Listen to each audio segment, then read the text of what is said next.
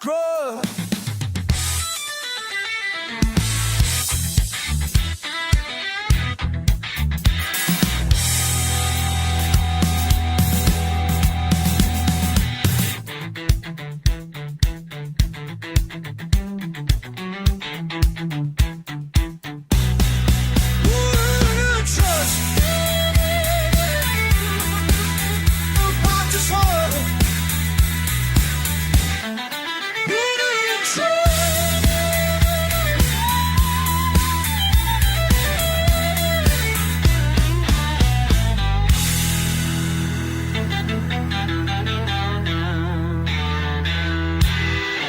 Welcome back to the Political Theater, guys. It looks like we actually did manage to get the show up and running finally. I don't know what the problem was for the past few hours. We've had a lot of issues in the past couple days.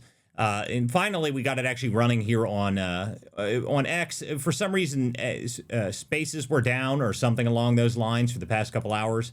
I'm not sure exactly why or what the hell was going on, but it looks like we actually did get that fixed. So we are here in live. We're going to go ahead with the show this evening. So I went ahead and started the live space too. So we've got the X space already up and running. So we're going to do a late night show. I'll probably go till around midnight tonight, guys, since we were trying to get it in here earlier, but it looks like it's finally actually working now. So we are indeed live. I had a whole bunch of stuff I was going to talk about earlier, but now I'm kind of all sidetracked because I was trying to fix other things. But looks like now that we are actually live, I'm just going to go ahead and open up with the show. There was some interesting stuff that did happen today. Supreme Court, Trump won in the appeals court for immigration cases, which is fantastic news for us. And there's a number of other things we can get into. So, guys, if you guys are listening to us on X or Substack or wherever you guys are tuning in, please make sure you guys share the link out to the show. Make sure you guys share the space out. And if you guys want to come up and join the show, if you're on any of the other streams, go to x.com, go to at WC Dispatch, and you can come up here and join the show yourself. It looks like we're finally getting people to start filtering in now that we were actually fixed from whatever the hell was going on, because it looked like, and it wasn't just me, by the way, there was a lot of people that saying that we couldn't even start spaces. Diligence said that he couldn't start them either. So whatever, though, we are actually back here in live, so we're going to go ahead with the show this evening. But looks like I brought Jared up here right away because he came in here. Jared, what's up, man? Hey, what's up, Walter? Hey, what's up, everyone? Yeah, there was a lot of news today. I'm happy you at least I saw your post. So at least you did you're doing a live show too. Yeah, I do the live show. Yeah, the live show. Okay. Everything looks like everything's actually working. Looks like everything's working. I wasn't expecting you to do a live show. I thought you were just going to do the space tonight, just because of all the freaking problems. Yeah, well, I mean, the problem is that I hate when I miss a show, because the show itself is what drives all the content for everything. So if I miss a show, then I can't share clips anywhere. I can't publish on Substack. So when I miss a live, it's really obnoxious.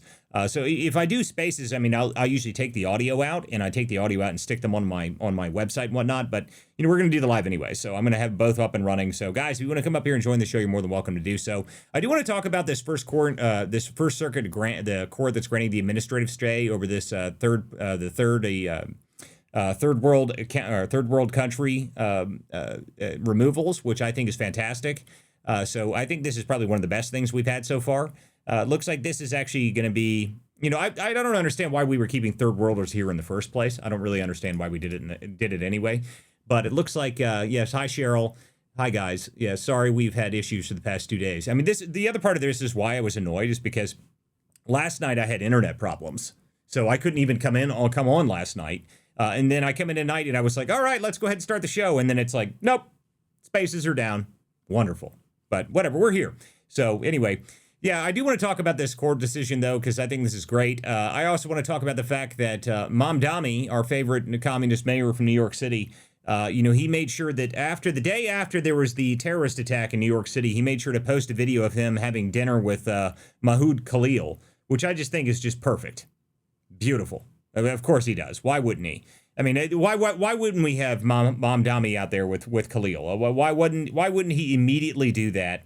I'm not surprised even the slightest by that. But this is the wonderful Mamdani himself. So we could talk about some of those stories, and I've got a couple of other things now that we're actually getting in here and going live. Oh, Javon's in here. I want to get Javon up here. Looks like I've got Thomas Speciale in the space too. I'd like to have both these guys up here. I do enjoy that Trump continues to, the Iranians, they keep claiming that they're not losing this war, yet they keep being blown out of the water, and they keep releasing more and more footage of them just losing everything. But I'm sure we could talk about the fact that they announced that they were going to put minesweepers, or they were going to put mines. You know, there was going to be new naval mines all across the Strait of Hormuz. My question was, how were they going to put them out there? How?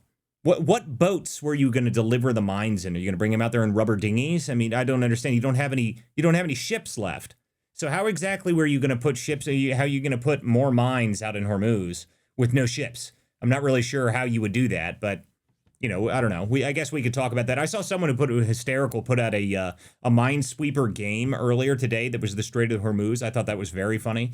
But again, I don't understand how they were going to put the mines out there in the first place. But the other thing was, I don't know if you guys knew Malcolm Nance is. Malcolm Nance he's an obnoxious leftist who claims that he's really smart and claims that he knows everything about, NatSec and, geopolitics. He's one of the people that claims he's an expert. Well, he was one of the people that claimed that we had no minesweeping boats left. We decommissioned all of them. Oh my goodness, well, there's just no minesweepers. We weren't smart enough to bring minesweepers with us out into the Strait of Hormuz, and we actually retired all those boats. Well, he was wrong. He's dead wrong. And in fact, all of the boats that we have out there are brand new boats, and they're with the Fifth Fleet. So, I don't know. I love listening to these people, but anyhow, we can get into some of that stuff. We can make fun of Malcolm Nance some more. But I also want to say hi to Javon, because I haven't talked to you in a minute, my friend. How are you? I have been well, friend. How have you been? I've been good, man. I've been busy as hell, but that's how it goes. As part of life, man, I just will say this. Number one, I'm always down for duking on Malcolm Nance just because I think he is the definition of the deep state, of the establishment, of the blob.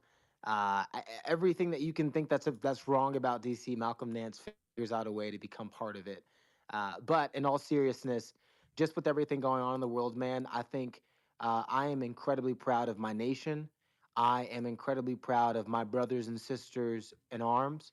I'm incredibly proud of our military, and I'm incredibly proud of my president, of my vice president, of my secretary of war, and of my secretary of state. These four men have done something and are doing something that not only we will reap the benefits, but our grandchildren will. And they've done it in a way that I don't think Americans are used to, which is why you hear a lot of the riffraff on the Republican side. We are used to our leaders lying to us and not telling us what our objectives are. Those four men have made it plain and clear what our objectives are. And I think by a lot of measures, you could say we are pretty much 90% of the way there in less than 2 weeks. I mean, this is unprecedented in modern times, and they've done it without putting a single boot on Iranian territory. It is incredible. I think that we have a lot to be proud of as Americans. And if this is what our future holds, when President Trump said the golden age is upon us the day he was inaugurated, I think he has done everything to live up to that. And as an American, as someone who served, I couldn't be prouder of the job that we've done. And I will say this, last thing I'll say is, may God keep the seven men and women that we've lost. I pray for their families. And war is a nasty business. And I think so many of us are removed from war. So many of us don't realize what it means to be a vet, what it means to have someone in your family who has served. It's not sweet. The shit is not sweet. And I hate to tell Americans, but freedom ain't free and it costs something, right? And so we have to keep that in mind, and realize that their sacrifices should not be in vain. Let's go in there, finish the job, and let's make sure we can keep on making America great. Well, thanks, Javon. Thanks for coming up here. And I will say that this event, this entire incident here, has been amazing, because the fact is that we don't know what's going on. They're not telling us all of the plans. They're telling us what we need to know. And for the first time in my lifetime, we're not being updated by the frickin' journalists that are on the boats of the ships telling us exactly what everybody's doing. That is the dumbest thing we ever did. How we ever did that was so stupid. But now, of course, but this also leads to the next problem, which is what the left keeps talking about. The left keeps talking about this as if, oh my goodness, we clearly aren't doing it right. We don't know what we're doing. Trump has forgotten the missiles. He's forgotten the boats. He's forgotten everything. He just went over there and just, started doing things, and he had no idea what he was doing. It's amazing listening to it, really. They have no clue. They have no concept of why this is actually working out and why we're actually being successful at it. It's because we're not telling anybody when we're about to bomb them. And maybe that's a good idea. I don't know. Just a thought. But I don't think we need to inform our enemies every time we go do something. That was something that drove me nuts. That was something the Biden administration, every single time they did anything, they had a full press conference informing everybody of how we were going to strike these people, where we were going to strike. It's going to be 2 weeks from now on Tuesday. We're going to go hit there, and we're going to do this. We're going to do that. Make sure you get all your people out of there. Oh, my God. Just get out of the way. Get out of the way. Let the military do what the military does best. That's really all we have to do. And the military is doing a fantastic job of it so far. But I'm sure we're almost out of missiles. When's that starting? Is that this week or next week? I mean, it really is amazing to listen to that. I can't. It drives me crazy. Walter, it's fascinating. We were never going to run out of anything while we were just going to fund Ukraine indefinitely. But now, That's all right. of a sudden, 14 days into a conflict that we are winning resoundingly by all measures, now apparently we're running out of things. When we talked about supplies and shortages in the military prior to this conflict, right? Prior when President Biden was in charge, and we were sending cluster munitions of all things to Ukraine and giving them critical supplies that could have gone to other areas, including our own military. There was no talk of this. So I say save me the whining. They don't care about any shortages. There are no shortages. The Secretary of War, Pete Hegseth, is very well knowledgeable about what we can and cannot do. I can guarantee you America's not running out of things in 11 days. I can promise I mean, you that. just the whole idea is retarded, okay? I mean, the whole idea that America, the military that has been fighting in forever wars for 20 plus years at a time, oh yeah, this time, we forgot them. We forgot the bombs, guys. We got to go back. I mean, it's so stupid. It's unbelievably retarded. I mean, it's just, and I keep talking about it, but this is the reason they're doing this, Javon. The real reason they're doing this is because they've got nothing. Okay, they have nothing to talk about. They don't know what to talk about. They don't know what to say. They don't know what to do. They have no concept of what's going on because they're not telling them anything. For once, we're not telling them. So they are reduced to complaining about logistics. That's what they're reduced to, Javon. They have no idea what to be upset about. So all they've got is what now? Or complaining that our troops are actually eating decent food. Oh yeah, yeah. Well, that's the other thing. I was going to bring that up. I forgot about it. Dude. Yeah. Like, oh my God, we spent $7 million on lobster tails. Oh my God. If you're going to reduce the cost of the military, I don't think the place to start is with our deployment meals, because that's what that is. If anybody knows anything about the military knows that when you go on deployment, they give you a lobster and steak dinner. That's how that works. You try to, because guess what? It's either that or you're eating. I mean, here's the thing. I love our cooks. I'm not shitting on them. Our cooks do an amazing job, right? But like, an MRE is not good, guys. I'm sorry, but like, I would much rather have steak and lobster than an MRE.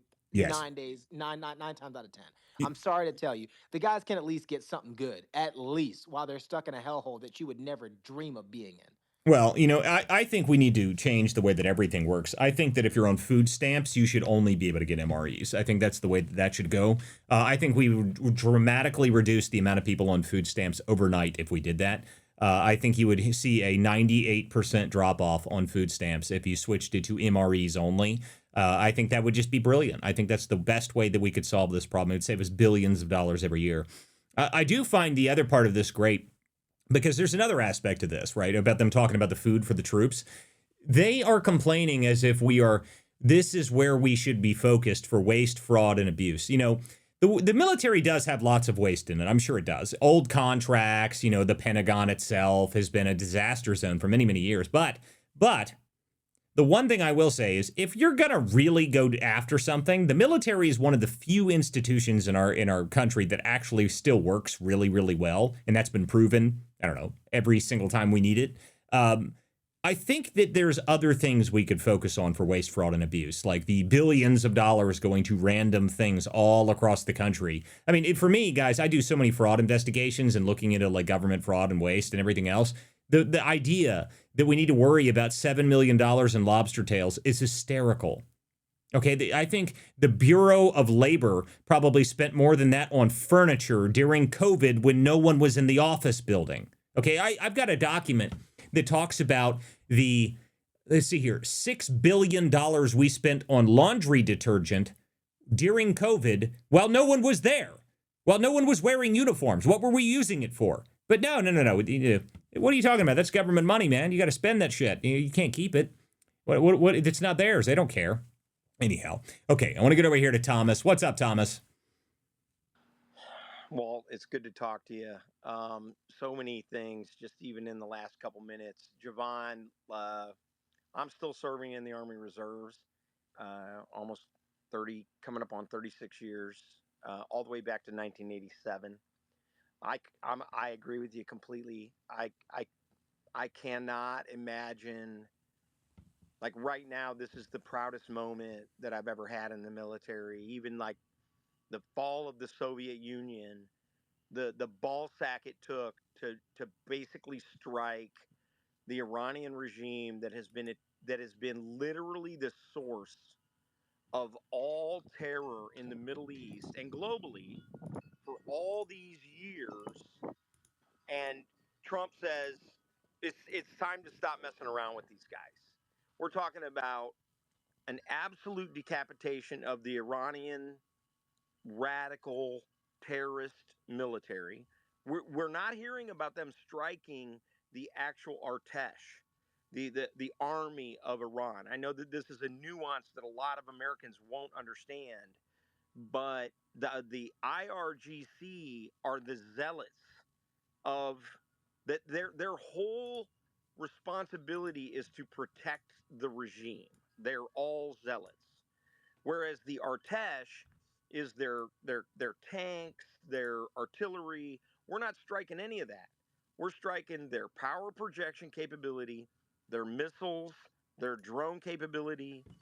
Their entire navy is being eradicated.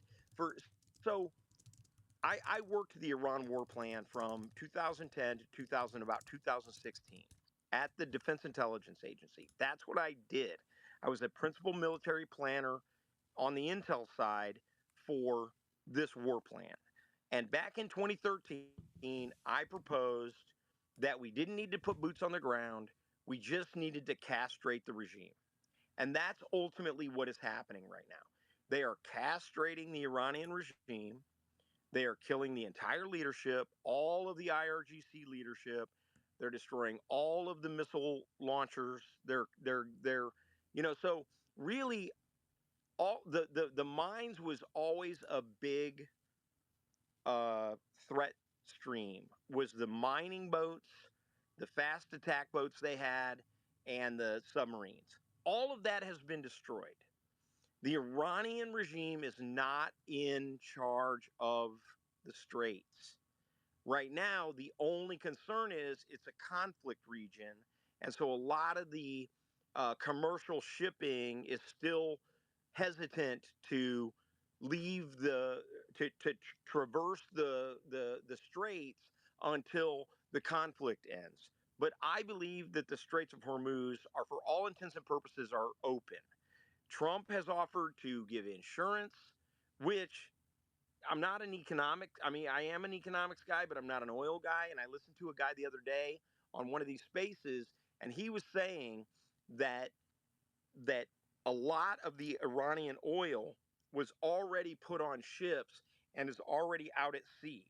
And I have recommended to some people that are pretty close to the CENTCOM command that Trump needs to seize the Iranian oil, the Ghost Fleet that is at sea, and then return it to the Iranian people because there's a whole bunch of Iranian oil that's like floating around in the ocean, right? Um, so yeah, I couldn't be like literally this was my life's work is the decapitation of the Iranian regime.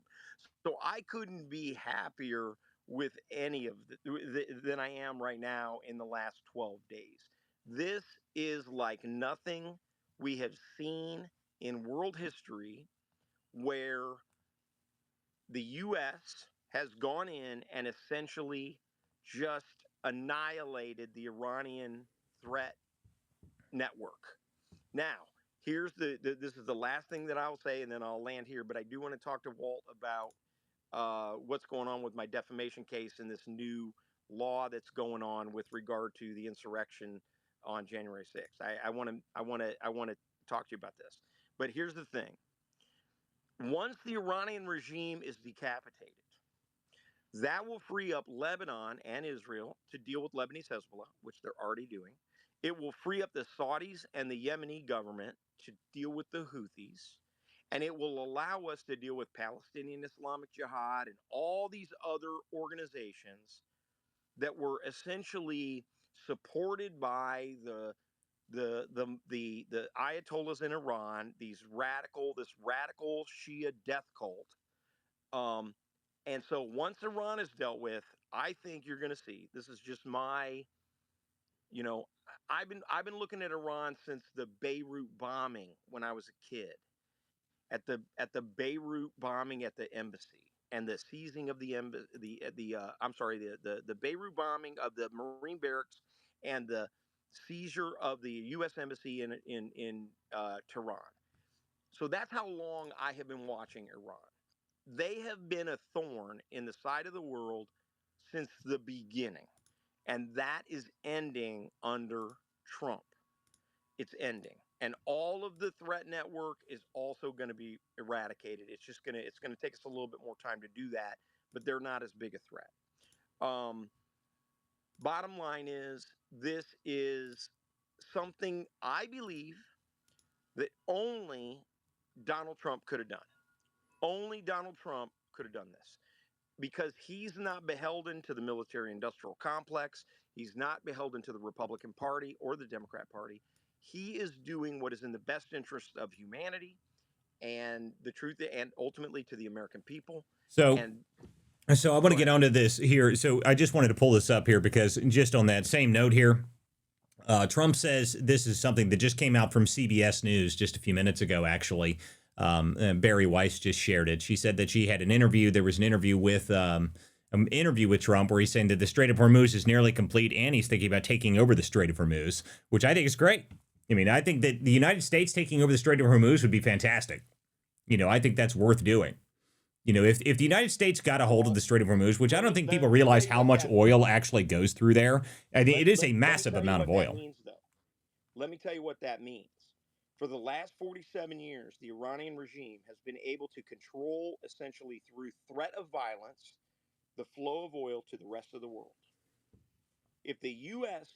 takes control of the Straits of Hormuz, then now we have checkmate against China.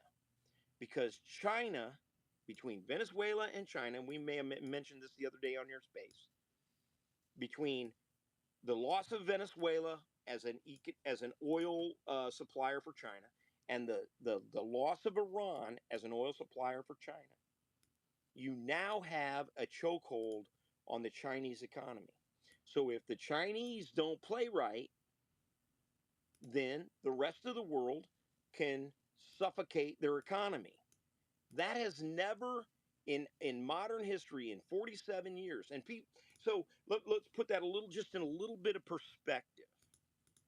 Since the modern economy was essentially established post World War II, we have never had the U.S. globally in charge of oil supply.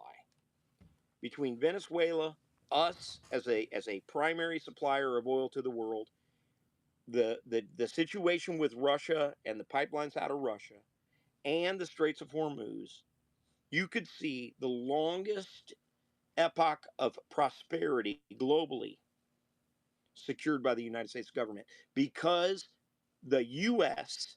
will be in charge of protecting the free flow of commerce through the Straits of Hormuz. Iran has been threatening that for 47 years. Well, they've been threatening anything for 47 years, anything to make sure that they get more leverage in the area. But essentially, it's really just been, they've been slowly turned into a proxy state of both it started with the Soviets, and then it turned into the Russians, and then it turned into the Chinese. I mean, they're just a proxy state for our adversaries. Is all they ever really have been. I mean, that's just the reality of it. Now, us actually getting control of the Strait of Hormuz, I think there's a lot more than, I've got a bunch of articles talking about the Strait of Hormuz and the chokehold it puts on China, because the China actually gets 54% of its oil from the Strait of Hormuz, and I don't think people realize that. It actually is. It's not just the Iranian oil. That's not even the major issue there. The reality is, if we actually completely shut down the Strait of Hormuz like entirely, China has about a 90 to 120 day left of oil reserve before they would actually have to run out, before they would really even be in a serious issue. Now, it's not that simple, because they probably up purchasing from Russia. But the deal is that there's actually, I've got a whole different theory on this, by the way. A lot of people don't even know about this, but I put an article talking about this the other day, wondering if Trump is trying to use some sort of Kissinger method here to actually pry Russia away from China. Because Russia, as much as they work with China currently, they actually don't sell their oil to China at the same rate they sell it to the West and they sell it to everybody else. They actually sell it at a significant discount. So if they could actually sell it to the rest of the world at a better rate, they would make more money than they make currently. So that's worth thinking about. And by the way, for those who don't know your history on this, Kissinger, one of the things he did during the Cold War was position China against Russia, and we actually leveraged China to beat the Soviets. That was one of the things that Kissinger did, making sure that they were constantly separated. So if we're doing that in reverse now, which makes sense actually, because no matter what you say about Putin, guys, Putin does not want to work for China. Okay, he doesn't want to work for anybody. That's not who Putin is. But the reality is, if this same relationship worked up now, Russia doesn't have the population to maintain Siberia. Okay, and you think the Chinese don't want Siberia? Siberia has the most natural resources out of any place on the world. So it's worth thinking about. It's definitely worth thinking about it. And I don't know if this is actually happening, but I put a theory on it out about it, because I think it actually could be happening. If Trump's trying to move Putin away from China, this would be one way to do it: is you ramp up the oil prices, lax the oil sanctions on Russia, but don't lax them for selling them to China. So then they're incentivized to sell to other people rather than China. It's a play, and it actually does make sense. Okay, I want to move over to some other people here. Jared, you got your hand up. Go ahead. Hey, thanks, Walter. Yeah, so I want to make a pivot here. So yesterday, it came out in Axios that the deputy chief of staff, for some reason, this was not reported until I believe like last night when I went to sleep. So Deputy Chief of Staff James Blair has repeatedly urged Republicans to basically shift their messaging about Donald Trump's immigration, whether, a lot of people have been talking about over the last few weeks, Walter. I know you and I had many of these conversations on whether the administration is going after the worst of the worst, or obviously are they going to go after any illegal immigrant who has invaded this country illegal. And if you happen to be in that process, then you're also going to get deported. So Republicans were at their at their annual retreat. I believe it was hosted in Miami, Florida, and the deputy chief James Blair was present. And Axios came out with this report yesterday.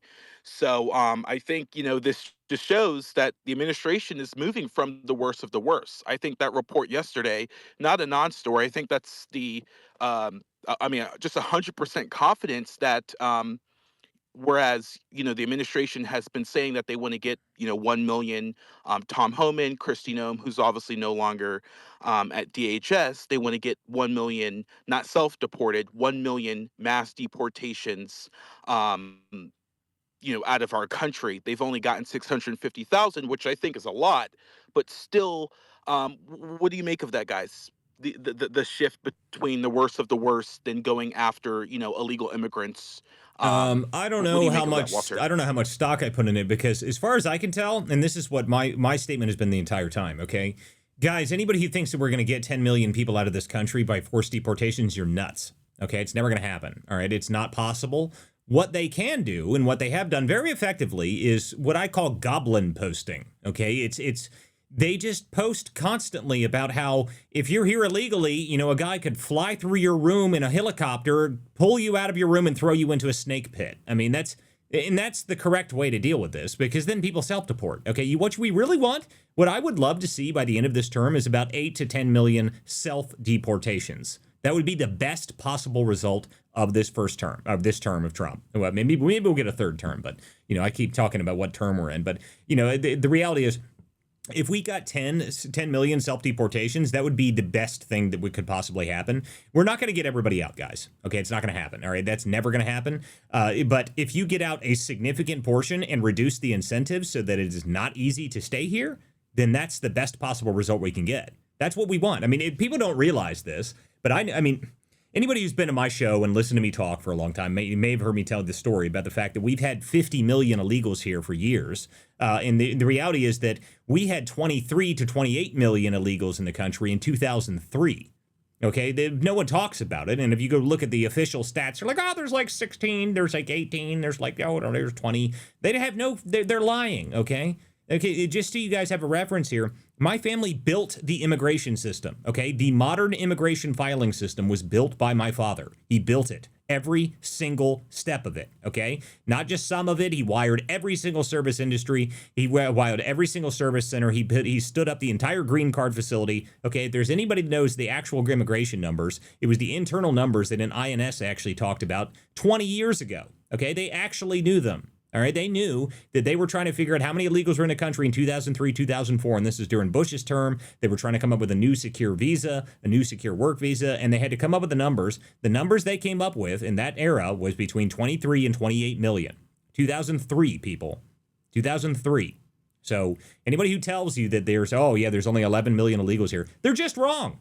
Okay, there's only one person I've ever heard that actually had a counter to this that was right, but he still agreed with my number. But he said, well, I mean, if the numbers that I was saying was that you extrapolate roughly 1 million, you get roughly 1 million green cards a year. That's how many the facility produces. And they did 1-to-1 for illegals to non-illegals who are coming into the country. So 1 million illegal green cards, then it was 1 million people that were coming in illegally. And that's how you get to the 50 million number. Someone actually, the only person who's ever actually countered me on that was actually George Santos, because he said during 2008 and 2009, there was about 2 or 3 million people that left the country then because of the economic crisis.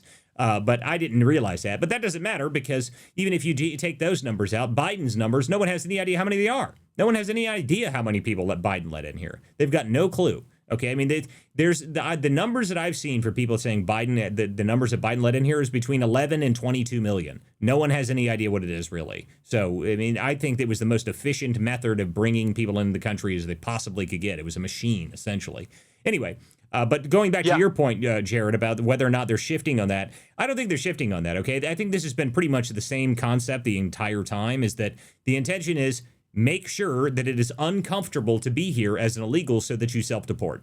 That's been the messaging the whole time. And 600,000, by the way, 600,000 is an enormous amount of people for forced deportations. That is more than we have seen in, Thomas, you could probably check me on this, 20 years more?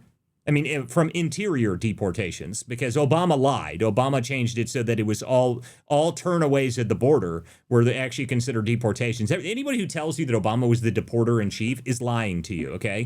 Obama was not the deporter in chief. He didn't deport anybody. In fact, he reduced interior enforcement down from 270-something thousand a year to 70,000 by the end of his second term. All right, go ahead, Thomas.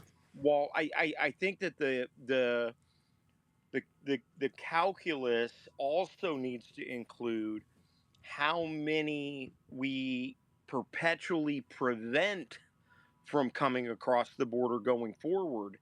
That's like totally, we know that it's zero or virtually zero right now that are coming across illegally, but that was like 200,000 plus a month during the Biden administration that they were unaccounted for.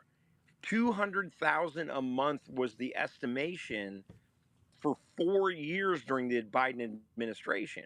And honestly, I think that they did that because they knew that there was going to be this tidal shift in the American electorate, that we were going to like close the border, and for all intents and purposes, that's what we've done. No other country in the world has an open border like we had during the Biden administration, and that's why the numbers, they can't even put a real number on it. And so I would argue, at the very least right now, what Trump has prevented just by sealing the border, just by closing the border, he's prevented what? 2.5 to 3 million new illegals from coming across. Yep. And we need to be thinking about who it is we elect going forward that is also going to keep the same policies in place, because that's what Biden did. He went in and he changed, and Trump had almost a zero border crossing during his first administration for 4 years, and so Biden had to make up for it. So my point is that we're calculating how many are here, but we also need to talk about how many we are preventing. Yep. And Well, the on top of that, stopping the all bleed, of the stopping foreigners the from bleeding around is the what was world, most not important. just Latinos. We're talking about all the Indians, all the Chinese, all the Yep. Iranians, Yeah, I mean, all, the biggest thing, Thomas, is that he stopped the bleeding. Okay, the stopped the bleeding was the most important part. By the way, I do have to correct you on one thing. There was a lot of people that came across the border during Trump's first term. He did a lot better than most, but in the second half of his first term, they tied him up in a bunch of stuff. Then the COVID actually managed to help him shut it down even further. true, So he 100% got true, they were 100%. tying him up in court on a bunch of stuff. The difference is that Trump didn't use the courts this time. He didn't deal with them in the same way. Okay, he got rid of almost all the immigration judges almost immediately, and then used the military to shut down our border, because to me, it was the most obvious thing in the world. It was obvious that it could be done. It was just we weren't doing it, and it was being left open intentionally. Yeah, I You were can 100% right about it. Go ahead, Jared. Yeah, I concur with you guys on the second part. I'm just talking about, just to put my political hat on here for a second, Walter, of the strategicness of this as we're just heading into the midterm elections. So the reason I brought that up was because of the Axios report. So also there, and anyone can go check that. I don't need to make people Who believe me. was it Anyone who can go wrote that check. one anyway from Axios?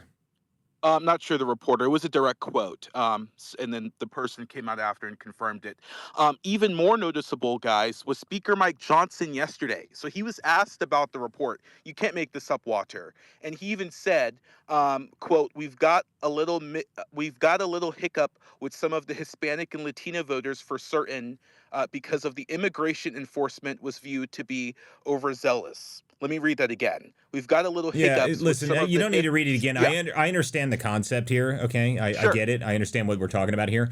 But if we think that we're somehow going to stop everything because the Latino vote might be mad or something, I just don't believe it. Okay, so I'm not too worried about that. Yeah, I don't think Yeah, never said. Yeah, it's yeah. not going to be a ground stop for sure. I think Trump would be a moron times 10 to do that. I just think that obviously the mission right in Minnesota was to go and get the illegal immigrants off the street, find the Somali fraud. That is not the topic of conversation, right? No one's talking about, and I'll be the first to tell you, no one's talking about the Biden Mayorkas border fuck up. Excuse my French. No one's talking about that. So Republicans, up until immigration, even before 2016. With all of the topics regarding Donald Trump plus company, immigration has always been Donald Trump's strongest point, and where you even have Republicans talking like moderate Democrats right now on immigration, my hair just stands up. You're literally talking like independent moderates and you're members of the Republican Yeah, Party. well, So I but do here, and think this there is what is a my point is. messaging problem. Yeah, well, Yeah. there's messaging problem, but the issue is that in my eyes, they haven't gone far enough. Okay, that's the problem. That's the real problem. They haven't gone far enough. They need to go further. Where Walter, does it change, right? Walter, there's not a messaging problem. I think that is a misnomer. What the problem is there's a, as I'm going to borrow a term from the Democrat Party, there is a disinformation campaign that is taking place in our country and has been taking place since 2015, the moment President Trump stepped on the stage, which is that people take what he's doing and intentionally warp it to fit their own narratives. What the president is doing is very clear. He said it at the State of the Union. He is prioritizing American citizens over illegal aliens. That's right. Period. Point blank. If you disagree with that, that is your prerogative. But to make it seem like he is targeting American citizens when the man's first comments were "Make America Great Again" and "I will do everything in defense of the American people and our nation" is absurd. It is incredible to me that the same people who are fighting so hard for illegal aliens are not fighting as hard for the disenfranchised kids in their neighborhoods. You know how many black kids in Minneapolis can't read on their grade level? This is absurd to me. Don't sit here and lecture anyone about black and brown communities when you're not even taking care of the same people who share your nationality. Well, Yet you go and go out of your way to fight for people who would rather steal from the American taxpayer and send it back to Al Shabaab, okay? Yeah, drives me over crazy. protecting the American people. Well, This is and absurd this to me. it is absurd. And the thing that drives me the most insane about it is how there's not an actual campaign to talk about the real effects of immigration on areas. I mean, I talk about it, and if people come in here, they hear me talk about it. I live in Springfield, Ohio. And what do you think the result of dropping 30,000 Haitians into this city has been? The city only had 60,000 people living here. What do you think that did? Okay, so let me give you just one example so you can kind of grasp this, okay? The Haitian population at the local high school went from 90 students from Haitian, to 1,000 in less than 4 years. Now, the problem with that is that Haitians don't speak English, okay? Haitians speak a really interesting language called Creole. Now, I don't know if you guys have ever had to hire a translator before. Do you know how much a Creole translator is per hour? It's about $450 an hour. Okay, so how do you bring in translators? You suck money out of the school system. That's how they have to do it. It's a public school. It's a public school, and they already have made it certain that you have to be able to provide public schooling, even if they're here. So it doesn't matter. So our public schooling system is having to spend millions of dollars every single year in multiple different states all across the country. And it's not like this is like in South Texas, okay, where you maybe need to have Hispanic teachers and non-Hispanic teachers. This is in the middle of freaking nowhere, Ohio. Okay, this is a small town in the middle of nowhere, Ohio. How the hell do they afford that? There's only one way. They raise taxes. That's it. That's the only thing they can do to afford that. And it costs everybody in the local area more and more money. Yeah, let me hit you at this point real quick. All right, because it's not 4D chess like 4 seconds ago, right? And again, I think the numbers are. I don't know. Hold on a minute. Again, I think Wait, 650. just stop for a second. I don't know what you're talking about. What is not So, what's not so 4D chess? I What are you just don't talking think the about? numbers are more. Yeah. So what I'm talking about, Walter, is I don't think the numbers. I think over 600,000. That's pretty good for any administration. Those are not self-deportation numbers. Those are deportation by ICE, right? By ICE and Immigration Custom Enforcement. I think that is good. Um, However, when you're also again, we're going to hear a lot about this. So John Thune has not put a meeting or a date yet on Senator Mark Wayne Mullins' confirmation. You're going to hear all about that. All the senators, including the Republican ones, are going to be asking questions about ICE, about how they have been doing their tactics. So I just think, again, even if the numbers on paper says this administration has followed the blueprint, right, with when we're moving from 6 seconds ago, mass deportations. I can't tell you how many Trump rallies I was at over the summer, saying, oh, mass deportations. Now we're saying, let's deport the illegal immigrants, which I think is more common sense, right? Let's get the violent worst out of the worst people who kill, rape, torture our children, our women. Yeah, Those are the I people guess. that need to lead Look, this look, look, look. country. Yeah, I mean, obviously they need to go, but that doesn't matter, Jared. That's not the point, okay? I mean, I Why think the switch? there's not a switch. Okay, like you keep talking about it as if there's some sort of change here. I really don't see this change. But you're right, though. We'll get to hear all about it. Okay, we'll get to hear all about it very soon because if there's going to be confirmation hearing, we'll get to hear all about DHS here very, very shortly. Okay, I need to get to some hands here because I got other people. No, stop, Jared. I got other people up here. I got to get to them too. You're on the show all the time. Jacktron, you had your hand up for a long time. What's up, Jacktron? Hey man, busy day today. So a couple things. I don't know if you saw this New York Times article that said the investigation into the school in Iran that was blown up. They're saying it was an American missile, but it's the New York Times, so I don't really believe anything they say. And I was just wondering if maybe you could just Yeah, I mean, show my article. we talked about this the other night. So the New York Times is just like there's another group called Foreign Policy that wrote an article talking about very similar things. Their sources are who?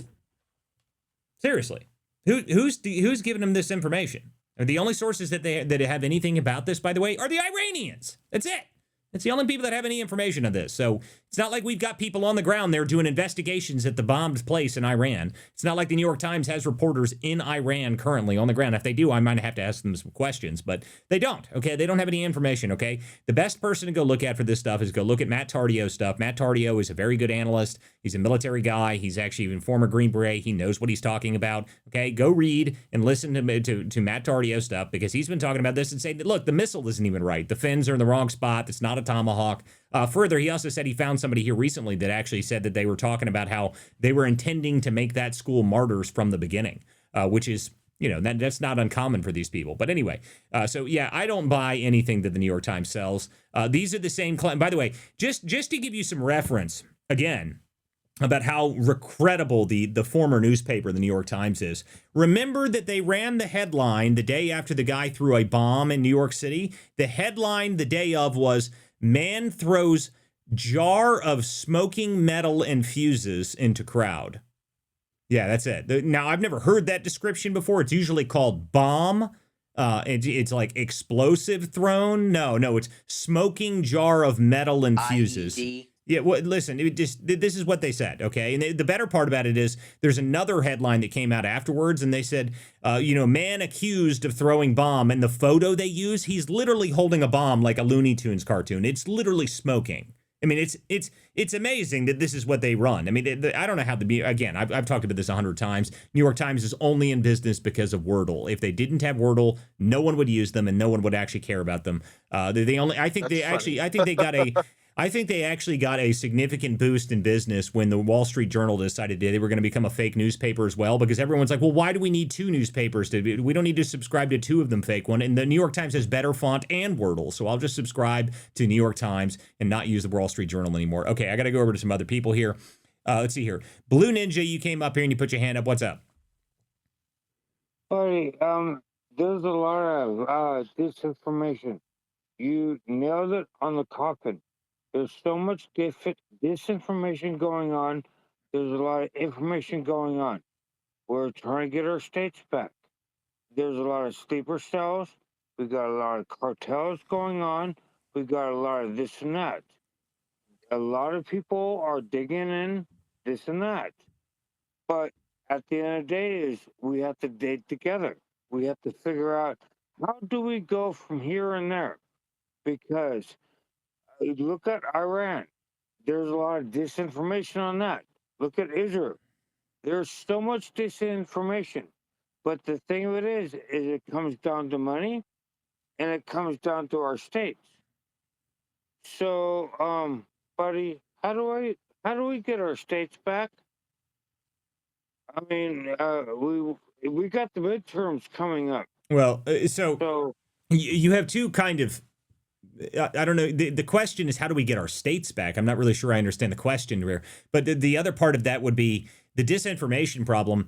That's not going away, unfortunately. Okay, so I was talking about with somebody the other day. Unfortunately, if you guys have not been over to Facebook recently, in that hellhole that exists over there, Facebook is filled with nothing but slop AI and completely meaningless content that no one cares about. But that is still used by a significant portion of the population. I don't know how you fix that, okay? That's not going away. Everyone complains all the time on X about, oh my God, it's terrible here. There's so much. Have you been other places? Have you looked at the other content on other websites? It's horrible. I mean, oh my goodness, you go into Facebook and it's, you got 20 minutes of nothing but AI slop, meaningless videos with the background voice where you can tell it was just completely made with like a program. And it's boomers like, oh my God, is this real? Like, oh Lord Almighty, we are so screwed. I mean, like, I have no idea how you fix that problem, okay? I will say X, of all places, has done the best out of any of the other platforms I've ever seen of actually managed to filter some real information. They actually do a pretty good job at it. And I like what they're doing right now with making AI labels. So you're saying if you try and put out AI content, that they actually attack you for it. They said that you can't do that. You can't be monetized if you do it. The one thing I will say... But how do we tie local action with national impact on that? What? Because you got disinfo, and then we have to tie local action. Yeah, sorry, man. I don't need to cut you off, but I don't know what you're talking about. How you tie disinfo to local action? I mean, that's you're asking very broad questions. Okay, disinformation, local action. All I'm talking about is just tell everybody good information. That's the best I can tell you. The one thing I will say is that the one problem I have a lot recently is with X has done pretty good about the AI content. They've done really good about it actually, but it's driving me nuts.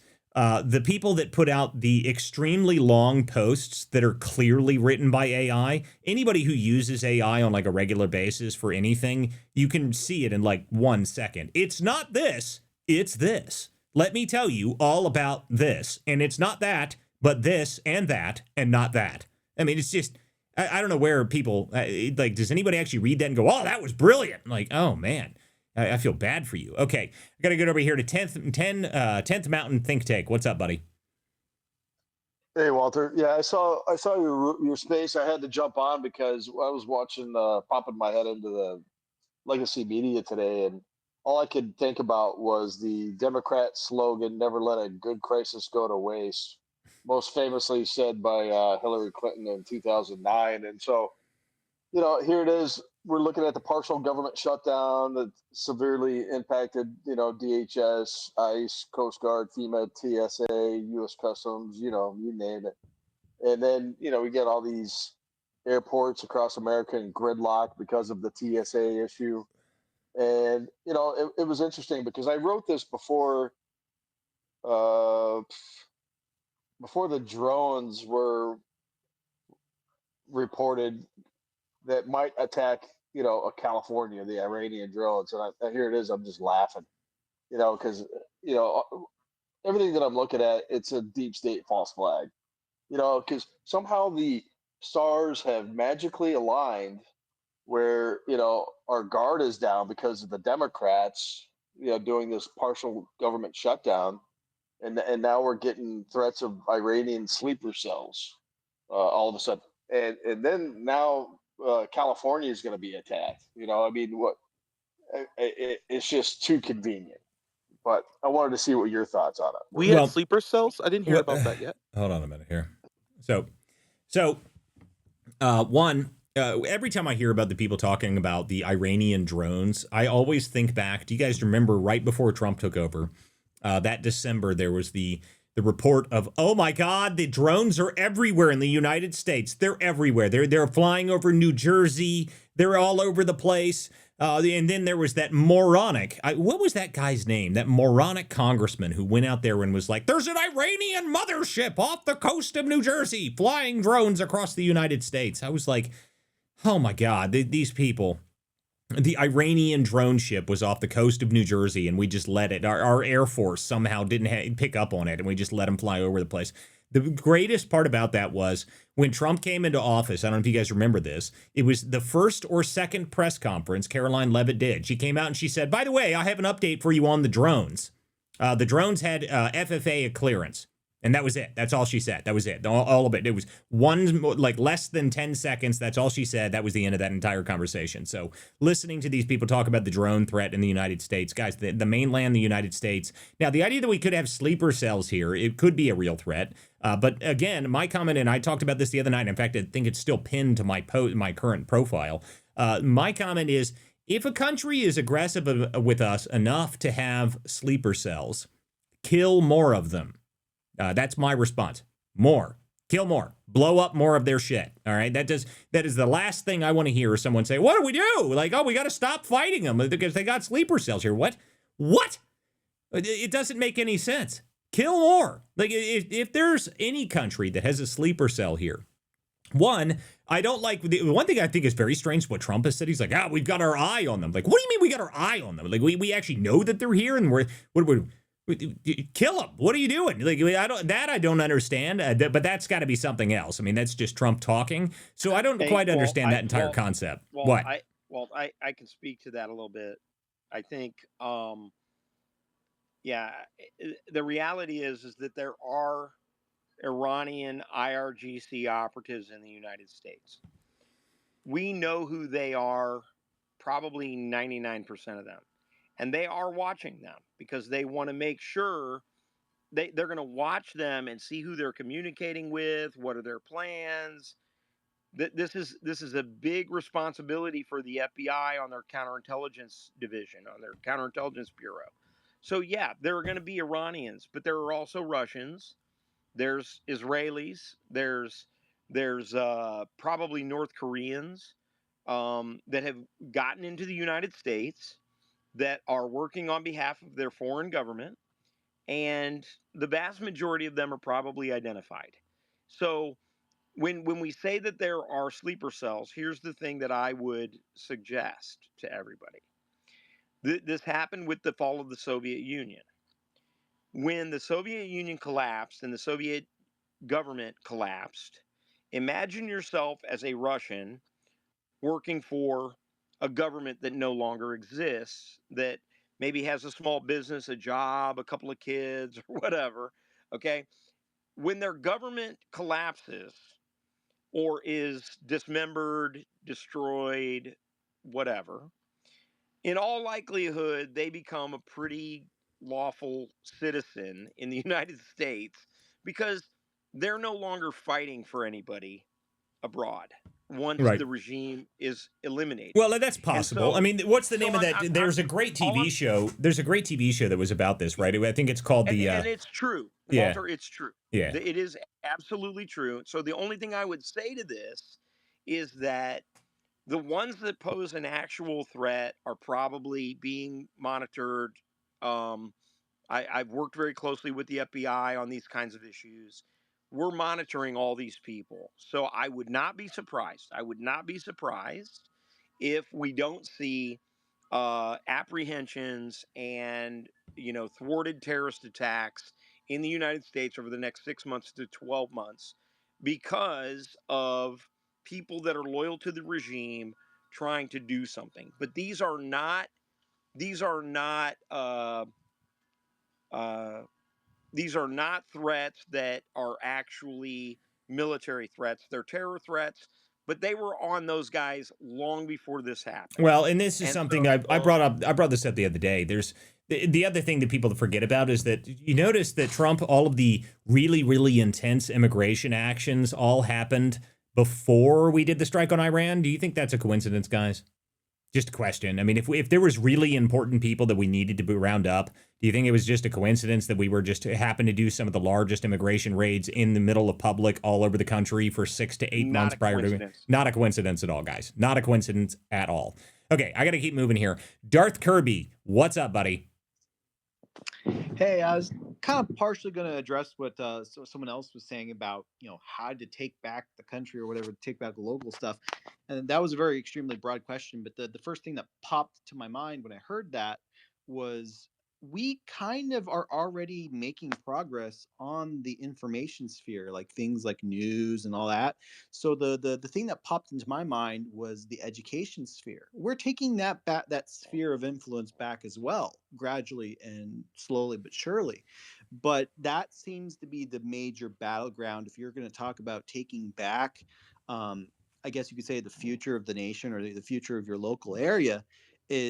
It's always in the education system because 10, 15 years down the line, you whoever's controlling the schools, they're controlling the way that kids perceive the world once they leave. So that's the major battleground right now. And we're seeing victories because the Ivy Leagues are collapsing, and places like Hillsdale, the Jordan Peterson Academy, Patrick Henry University, all these places are getting flooded with all the bright kids Yep. that want to get a quality education because they know if they go to Yale or Harvard, they're going to get bullshit. So, well, I mean, here's the thing. So the smart Ivy League schools, which are usually the engineering schools, by the way, they're doing just fine because they moved away from the stupid DEI crap once they realized that they were getting worse students. Places like MIT realized that very quickly, and they were like, "Oh, nope, we're not doing that anymore. Get that out of here." No, you have to have a really good SAT score to get into MIT. I mean, so some of these schools are going to be okay, but the problem is that the other problem that's really happening right now is there's a lot of people that are going to college that simply their jobs are going to become reasonably meaningless really, really soon. So the thing that's actually going to start to need to happen in education is that young people are going to have to figure out how to use the tools that we have to be able to learn and learn in new ways. I mean, there's a lot of really interesting AI tools that teach people how to do things. I don't know if you guys have ever heard of there's a really cool little, what the hell is the name of it? It's an AI tool that teaches kids math. And I actually donate to them every year. I forget the name of the organization, but they actually have a tool that's designed to teach kids math, and it's better than any math teacher I've ever had. I went and looked at it and messed with it when I was thinking about donating to their charity, and it's actually amazing. I mean, it's incredible. It's a cool little tool that it's better than any math teacher that you ever heard in your entire life. And I think that if you just had tools like that, being able to teach kids actually really good, useful education tools, it's better than most teachers anyway. They're better than most teachers, Right. and you can use them as kids can use them and learn as they need to. So as you give them an idea of what they're learning about and then have them learn on their own pace and learn about these things, I think that education in AI is going to go really hand in hand. I think, the next generation of kids, if they actually use these things and use them well, are going to be the smartest people that have ever existed on the planet without question. Easily, especially with Grok improving the way it is right now. I was talking with someone just the other day about that, where because I think Grok has shattered so many people's perceptions of reality because they were operating within information bubbles, and now they can ask, an AI that that actually is spitting out useful information versus like Chat GPT and these like woke Well, bots. here's the one thing I'll say about this. So, I know, I listen to the people that argue about whether or not these bots are smart or which ones are woke or which ones are not. Here's the reality, okay? The bleeding edge of these things is not the premier chatbots that everyone's talking to anymore, okay? The LLMs are old, essentially, okay? What's really happening right now are the code bots, okay? The code bots, and the only way a code bot can be useful, a code bot can only be useful if it is good at resolving code. Now, code doesn't resolve by answering questions whether or not it's woke or not, okay? It just doesn't. It doesn't do it, okay? And the reality is the best code bots right now, I mean, Claude, everyone talks about Claude. Claude's getting blown out of the water by ChatGPT right now, okay? I'm hoping that Elon Musk releases a Grok version of this. I will be very happy if that comes out, but he doesn't have one yet. But the reality is, the ChatGPT version that's out right now, these things are unbelievably intelligent. Okay, these things are unbelievably fast, unbelievably powerful. And there is nothing woke about resolving code. Okay, I mean, I've got them doing all kinds of things on my computers. It has nothing to do with what the woke background of these stupid bots are, and it has almost no restrictions on it either. Okay, I mean, the LLMs that are doing the coding and all that stuff, these things are the next generation of AI, and I don't really think people realize what they're doing and what they can do yet. But this is a whole I different mean, level I still compared to it. found some restrictions in terms of the coding of it, but that I guess is a separate issue. I More mean, application specific. I doubt it. It probably means that you were doing something very, very, very strange, because I have run into zero restrictions, and I promise you, I've got it down to the point that it can identify people's, where their house is. So, that's, I don't even think that's I think you might be talking to it a bit strange Project. I don't know what a robotics. I mean, anyway, we don't need to talk about that. Anyway, I got another person up here. What is up, Allah's America? Hello. Hi. What's up, buddy? Welcome to the show. How are you tonight? I had a question regarding the Georgia Guidestones. Have you heard of them before? Yes, I've heard of the Georgia Guidestones, but why are we talking about them? Go ahead. I heard you about the mathematicians on here. I was reading William Cooper's book, Upon a Pale Horse, and was wondering your thoughts on Iran. What? All right, look, but you got to have a much more concise or some sort of interesting question here, because the Georgia Guidestones and Iran and some dude's book means nothing to me. So you're going to have to link these things together. Die. According to the stones, 6 Yeah, listen, I understand the whole concept of what the Georgia Guidestones are and the death cult and all that stuff, but what on earth? Do you think that we are in a death cult right now with nuclear exchange on the front? No, not at all. How? What do you mean how? Why not? What do you mean how? Iran doesn't have nuclear weapons. Okay, so I'm not worried about that. But more than that, the countries that have nuclear weapons, China, Russia, United States, the mutually assured destruction is still quite true. So they don't intend to destroy each other, because one of them wants to actually rule the world. And unfortunately, it's just not going to end. Okay, so it's been pretty clear, by the way, after the incident in Ukraine essentially proved that you can still have large-scale war conflict again without nuclear weapons being exchanged. That's what Ukraine proved to the world, which is why Ukraine really mattered a lot. And by the way, us flattening Iran, that has nothing to do with nuclear weapons anymore, because one, I never believed they really had nuclear weapons. They've been saying the Iran's had nuclear weapons since I was like 4. It was always next week. I mean, it's always next week they're going to get them. I don't really care. Okay, I mean, that doesn't mean anything to me. I think the Iranian regime was just useless anyway. You should have bombed them a long time ago. But no, in terms of what the Georgia Guidestones say, by the way, I don't know if you know that the Georgia Guidestones got blown to pieces a few years ago. I don't know if you were aware of that. I found it interesting that they were targeting desalination plants over there. Well, I mean, the Israelis have desalination plants and actually have some of the largest of them. And if there's anybody that's targeting those specifically, I think that the Iranians and the Israelis, Israel would probably gain a lot by hitting desalination plants because they're the ones that are actually developing the technology on it. But anyway, I need to move on here because this is kind of a completely off-topic conversation. So go ahead. Let's see here. Go ahead, Jared. They're depopulating. Hey, yeah, I actually had a question for Javon. Hey, Javon, are you still with us? Or I am. What's up, brother? yeah, hey, what's up? You had a question. So Senator John Kennedy came out today, um, senator from Louisiana, and was basically saying that he thinks the strike on the girls' school was basically the U.S. Right. So I've been sharing the same opinion with Jacktron and Walter, saying that I didn't think that the U.S. would be. I just don't think the U.S. would make such a stupid ass mistake. Um, do you think it's possible that do you think it's possible that the US could have made this mistake, and do you think it's possible this week we might see, because I think they said, based on the New York Times reporting that Jack Tron was talking about, they're saying the preliminary investigation cites that the U.S. Is involved here. Now, I can't say because I don't know, but do you think it's possible, or do you think it's just chatter for right now?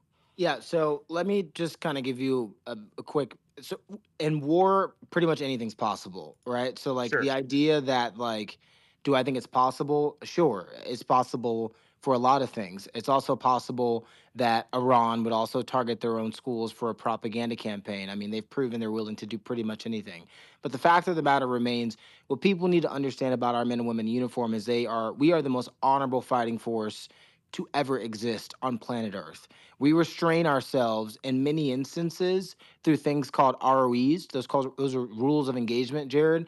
And essentially, what typically happens when you have a Democrat in office is they restrict those ROEs. They become very restrictive to the point where U.S. troops can barely defend themselves without a lawyer walking in the room telling them they don't have the right to.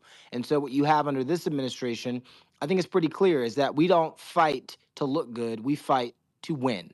Period. And so what I think is most likely happen is that these are joint strikes between the Americans, Israelis, the Saudis, and a couple other partners in the area. And when you have a country like Iran, who has proven they are more than willing to sacrifice their own citizens for the sanctity and the survival of the regime, I'm pretty sure there's probably going to be more than what meets the eye, as is the standard when it comes to any scandal related to the Trump administration. Yesterday, TMZ told you that Secretary of War Hegseth, purchased millions of dollars in lobster for people at the Pentagon, and it wasn't. It was actually for our troops downrange. And so I say all that to say is that a lot of times these headlines are out to spin a story, and then when the investigation or whatever occurs, typically there's more than meets the eye. So before I get ahead of anything, and before I would caution you, before you get ahead of anything, to say, well, do you think it's possible? Anything's possible. Literally anything is possible in warfare. Yeah, well, Mistakes happen all the time. that's my comment specifically on this is that Yeah. the concept that the United States themselves would hit a Tomahawk missile on this is, to me, sounds very unlikely. Okay, very unlikely. If the United States, one of the Tomahawks, It's one of the most, beyond unlikely. It's yeah, beyond yeah. unlikely. We restrain ourselves Well, entirely it's nine not it's times not out of just 10. that. I'm talking about targeting system wise. The Tomahawks are some of the most accurate cruise missiles that have ever been developed ever. I mean, these are the things that we fly through windows. Okay, I mean, this is the idea that we would just whoops hit the kids. Sorry, I'm not sure I buy it. I mean, it's just, of course they want to, any story they can use right now to hit the Trump administration to try and make this war look bad, they're going to use it, which is part of the reason this came out within, 24 hours of the beginning of the strikes, and they immediately claimed we killed a whole bunch of kids, and the Iranians had, news conferences talking about it and everything else. Sorry, this looks fake to me. I mean, it's just what I look Yeah, at it, so. I thought so too, but then and Javon, I don't really put much into what TMZ says these days, especially with the Guthrie case.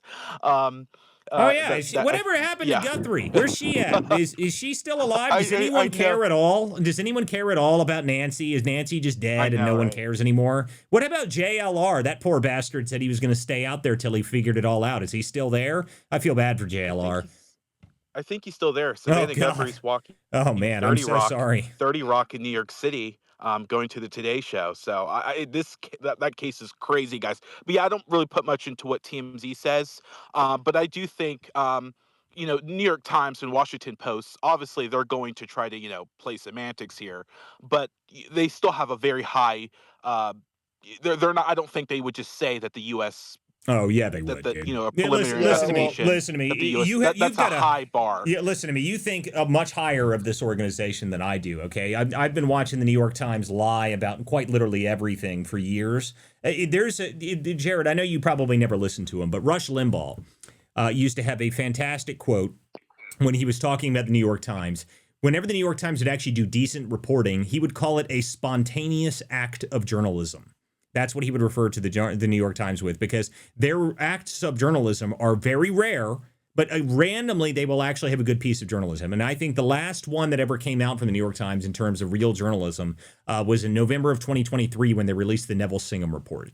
That was it. That's the last time they've actually had anything useful out of the New York Times. Since then, it's just more drivel. I mean, again, Jared, you got to remember, you said they wouldn't just lie about it. They literally said the guy who tried to throw a bomb at the crowd in New York City yesterday was a smoking jar of metal and fuses. Okay, so it's just like. Well, that was CNN. That No, was no, no, CNN. no. And That was the New York Times, man. It's the New York Times that post that. It was yeah, not but them. okay. Yeah. but Well, we'll see, Walter. I I think know. we I might agree. get Listen, I agree tomorrow. with you. I agree with you. We'll have to wait until the investigation comes out. By the way, I looked up that quote you were talking about from Kennedy, and he said, "Look, I mean, I'm not." He said he's not going to hide behind the idea that there's an investigation ongoing, and he said because he's not going to hide behind the investigation. He said it's a terrible thing, no matter how it happens. So anyway, So, well, that's let's. not. well, Well, Walter, that's not true. I Yes, have the quote in front of yeah, me. I have the quote in front of me Well, too, Jared. He literally said it's a terrible mistake, regardless. Okay, I'm not going to let you keep going here. I that's got to fine. go. Just let me. No, I've got somebody else who's trying to talk. 10th Mountain, you got your hand up. Go ahead. yeah, I just wanted to point out the Washington Post and the New York Times are part of a globalist cabal called DVEX. And if you don't know who DVEX is, they also have a hold of like NPR, all these organizations. They're all tied up with the Clinton Global Initiative. All these globalists. I mean, they're a farce. I have exposed this organization, and this is probably one of the next organizations to fall. I'm going to post an article in the Purple Pill. It's called "PSYOP: Secret Think Tanks and Recap of American Intelligence" that exposes DVEX to the hilt. And I'm telling you, these guys Well, I are. mean, listen, the Washington Post is owned by Bezos, and the Washington Post itself is losing so much money that he's firing everybody that works there. So the Washington Post isn't going to be around much longer. And I keep telling everybody, people aren't listening to me. New York Times is literally in business because they have Wordle. That is it. That is, I'm not. You guys need to go look up. There's a great report on this. But I can't remember who wrote this. I think it was Tech Magazine or Wired Magazine or something. They're talking about something like 80 to 90% of the users that use the New York Times app on their phone, they only use it to play Wordle. It's not even a joke. It's like almost their entire user base is Wordle players. That's it, and that's because they don't have any real news. People just go to play their stupid little games on there. Okay, let's go ahead and let's keep moving here. Thomas, put your hand up at some point. What's up, buddy? Yeah, just real quick.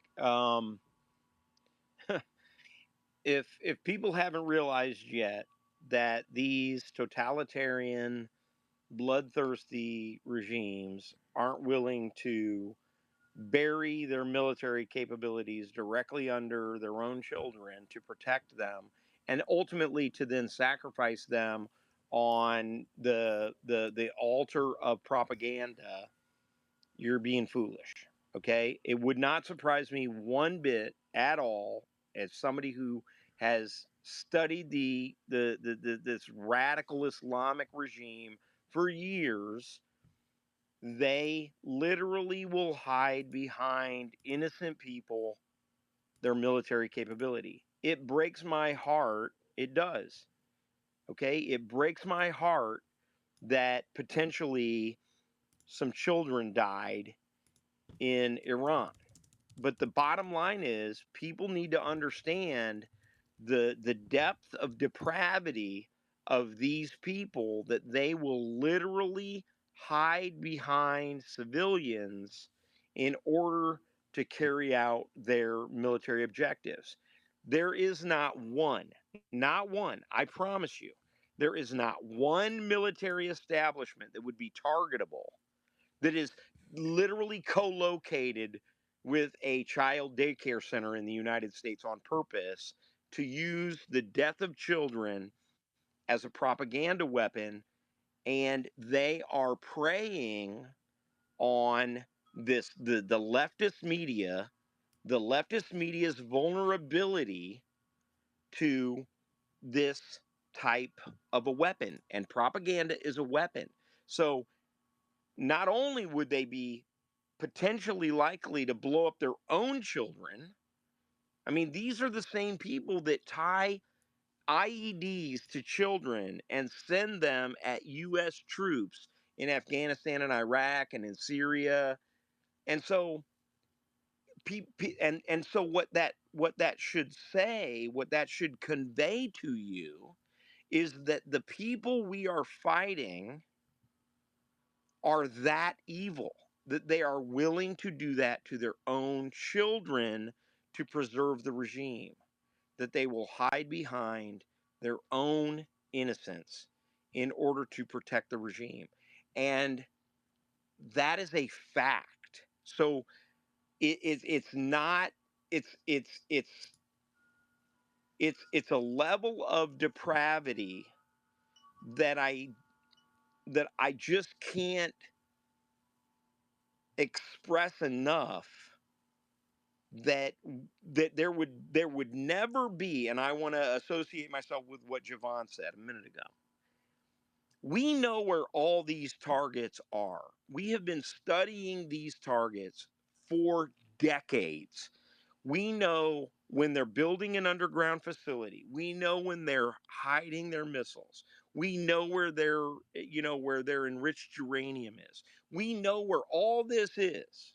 Well, and And here's they will here's the literally thing. put Here's it the thing, under Thomas. their own children. Well, and here's the thing, Thomas, and this is why I was pointing this out when I said it's probably not us, and I doubt highly that it's us, that we sent a tomahawk and we accidentally did this, because our guys, people.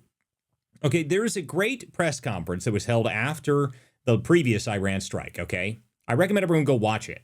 Okay, go watch that press conference. It was with Dan Kane, with General Kane, and he explained very, very in detail, the most amazing detail I've ever heard from a press conference, talking about how we struck this thing. But the most important detail that he said in the midst of this, and he just briefly said it with maybe a passing comment. He said, I don't need to go into the details, but at one point, the Iranians started pouring more concrete caps on top of their ventilation shafts on top of Fordow. And what he said afterwards was, we knew the exact dimensions of those caps as they were pouring them. Okay, so just for an idea of our targeting ability and our satellite capability and our targeting systems, do you think we would make that mistake? If we can see the inches of thickness of a concrete cap on top of a camouflaged building on top of a mountain somewhere, you think we might be able to tell if the kids are in school or not that day? Just ask yourself. I mean, really. Now, Javon brought up a good point that, we were also doing targeted strikes with not just our own military, but with multiple militaries at the same time. So it's very possible that it wasn't us and it was one of our allies and they made a mistake. Maybe that's true, but we don't know that. No one knows that. No one has any information on that. And I love that the New York Times, this stupid report that they put out, they said that the military's already come to a preliminary investigation. Horseshit. There is no investigation that's already been done on that. It's been a week. Okay, what government investigation has a preliminary within a week? Okay, government doesn't do anything in a week. The guy that's supposed to even look at the form probably hasn't even heard about it yet. Okay, that's the idea that the government can do anything in 1 week. There's nothing in the military that gets done properly, or in the U.S. government when it comes to investigative stuff gets done in a week. Okay, that just doesn't happen. All right, that is impossible. I don't believe it at all. Keymaker's up here losing it because he knows I'm right. Yeah, I was cracking up as you were saying that. There's definitely no way that, I mean, I understand that people think it's important and it's important to the rest of the world, but inside of the government, this is probably still on the bottom of a stack of much more important things that are on top of it. And I Yeah. think that it's getting a lot of attention, but I really, the way that our military is, and I think it was Javon was just saying it, like the amount of processes that we go through to never make these sort of mistakes makes me always err to the side of this probably wasn't us, right? It probably didn't have anything to do with us. It was probably a counter munition or another ballistic from Iran that like originally the story was that it was one of theirs that actually misfired essentially and fell. So I don't know if that Well, turns out to be the true story, but I'll tell you right that's what now. I'm thinking. Well, I'll tell you right now, just based on what I was reading, and again, I tell everybody, please just go read Matt Tardio's work on this. Okay, Matt Tardio actually knows what he's talking about. He's actually really good at this stuff. And he's got a whole bunch of stuff talking about it, okay? I mean, the number one thing that he brings up is actually the most convincing argument that I saw was actually when he did an analysis of the actual, he's got a still of the missile.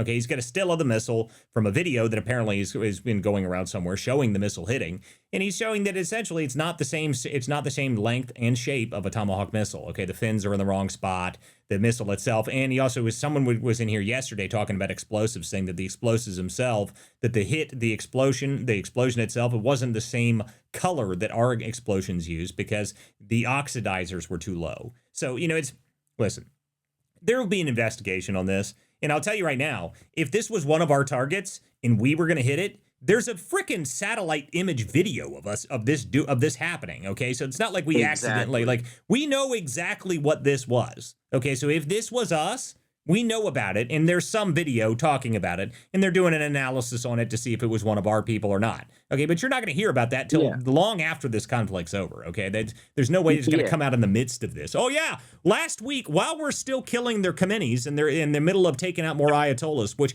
by the way, guys, today, I don't know if you guys have been enjoying this as much as I have, but the cardboard Ayatollah memes war is the funniest thing that has ever happened. Okay. Now, I mentioned the other day the fact that they came out and they said that they had a new Ayatollah and they brought out their cardboard cutout of an Ayatollah.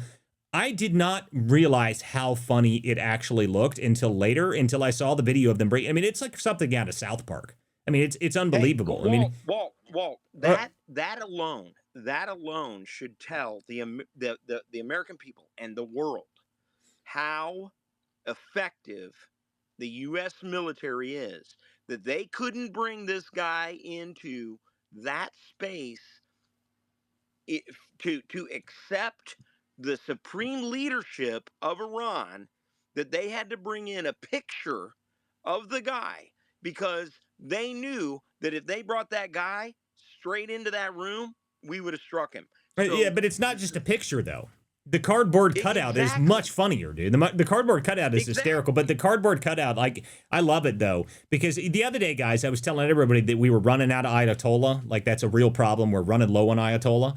But now that we know that they can be cardboard cutouts, they come in flat packs. So, I mean, they might have Ayatollah to last at least 15, 20 years at this point. So I just wanted people to be aware that we actually may not be running out of Ayatollah. I didn't realize that they could print them out. I mean, that's if they can actually just use cardboard cutouts and that counts, then we're screwed. I mean, we'll be killing Ayatollahs for the next 30 years. I mean, I don't know how many cardboard boxes they've got over there.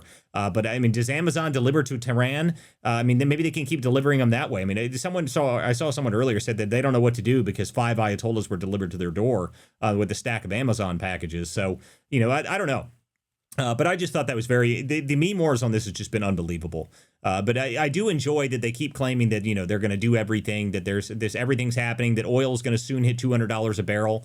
I will say, watching the multi-trillion-dollar oil market behave like a fresh new pair off Solana has been absolutely hysterical. I mean, I have been loving this. I mean, it's just watching this, like watching traders that have no idea what to do.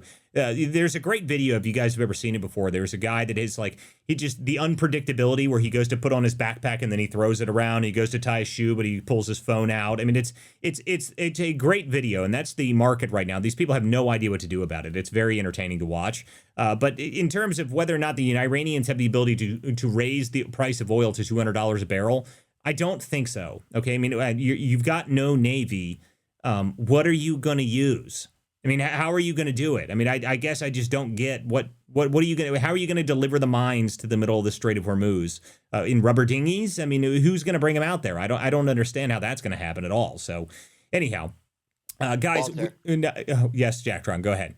Just one other thing about the Iranian missile thing. Now Tucker Carlson is also saying that listen to me. United States. I've had it with Tucker Carlson. Okay, I'm absolutely done with that guy.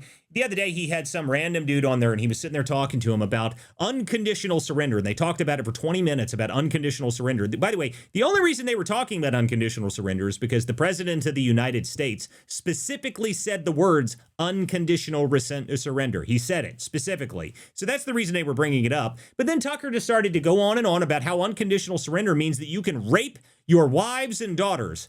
I've had it with that fucking guy.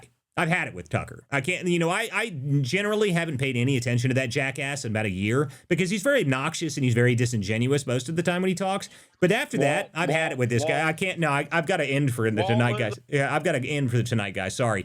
But I'm sorry. I really can't do it. All right, Tucker and everything that he's done over the past couple months, but this video where he's sitting there talking about unconditional surrender and then immediately starts talking about American troops being able to rape or do anything, like, I'm sorry, dude, I can't do it. Shut the fuck up, Tucker. You disingenuous faggot. I can't do it in with him anymore. All right, sorry. And on that happy note, we're going to have to end this evening, guys. So I will see you guys tomorrow night on Thursday night for more of the Political Theater. I appreciate everyone who comes to this show. Thanks for coming here late this evening. Sorry we had some issues yesterday and tonight getting in here. We will be back tomorrow night at 9 p.m., not 10 p.m., for more of the Political Theater, guys. We will see you guys next time. Appreciate everyone who comes to the show. We'll see you guys next time. Thanks, guys.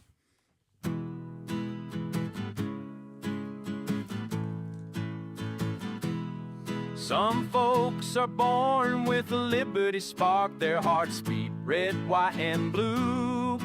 When the anchors sneer and the cameras bark, they turn the lens right back at you. Truth bound, ain't for sale, ain't for sale. We're not the party line sons, no, it ain't for sale, ain't for sale. We're the vigilant ones, so.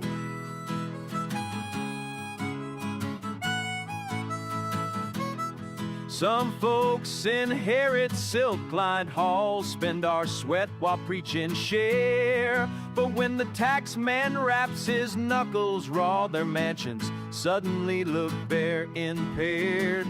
Ain't for sale, ain't for sale. We're not their banker-raised hairs, no. Ain't for sale, ain't for sale. We're the vigilant ones, so.